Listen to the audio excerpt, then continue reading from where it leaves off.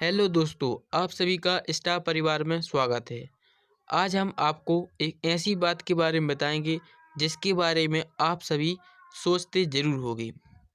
जब भी हम आसमान को देखते हैं तो वहाँ पर आपको कई सारे जहाज़ आसमान में उड़ते दिखाई देते हैं और उन जहाज़ के पीछे उनका धुआं है जो वह कई किलोमीटर दूर तक एक रेखा में बना रहता है। तो आप सभी लोग सोचते हैं कि यह ऐसा क्यों होता है। तो दोस्तों, जब ठंडों के मौसम में हम एक दूसरे से बात करते हैं या फिर हम अपनी सांस को मुंह से निकालते हैं तो हमें अपनी सांसें भाप के रूप में दिखाई देती हैं। ऐसा क्यों होता है?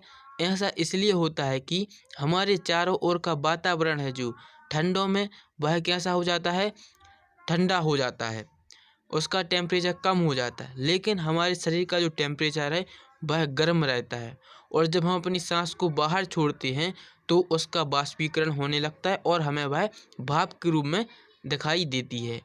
तो हम लोग जब छोटे थे तो इसी भाप से खेला भी करते थे। तो यही सिस्टम है जो हमारे जहाज़ से निकलने वाले धुएं में है, क्योंकि जहाज़ हैं जो यह जो अपनी धरती से लगभग 7 किलोमीटर से ज़्यादा 7 से 10 किलोमीटर के ऊपर उड़ते हैं और इतनी ऊंचाई पर होने के कारण वहाँ का टेम्परेचर लगभग -36 डिग्री सेल्सियस से 40 डिग्री सेल्सियस तक रहता है। अब सोचिए 0 डिग्री सेल्सियस पर पानी है जो बर्फ़ बनने लगता है। अब इतनी कम टेम्परेचर पर वहाँ पर पानी का क्या होगा? देखिए, जहाज़ है जो इसका मुख्य कार्य क्या होता है, हवा को अंदर खींचना। और जब इसी हवा को वह छोड़ता है तो वह कैसी होती है, बहुत गर्म होती है।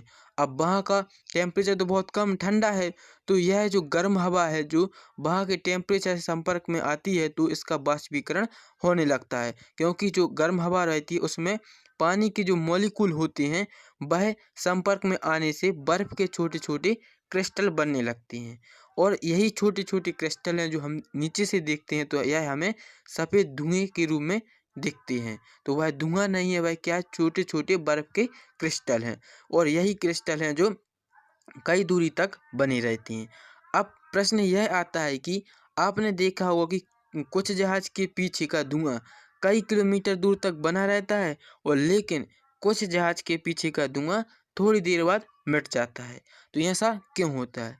तो दोस्तों, ऐसा इसलिए होता है कि वहाँ पर मौजूद आर्द्रता, ह्यूमिडिटी के कारण होता है। जहाँ की आर्द्रता ज़्यादा होगी तो वहाँ पर उसका धुआं देरी तक बना रहेगा, दूरी कई किलोमीटर दूर तक हमें दिखाई देगा। और जहाँ की आर्द्रता कम होगी तो वहाँ का है जो थोड़ी देर बाद धुआं मिट जाता है। तो यही कारण है कि उसका धुआं है जो कई किलोमीटर दूर तक एक रेखा में बना रहता है। यदि आपको यह वीडियो समझ में आया हो, चैनल को लाइक और सब्सक्राइब ज़रूर करें।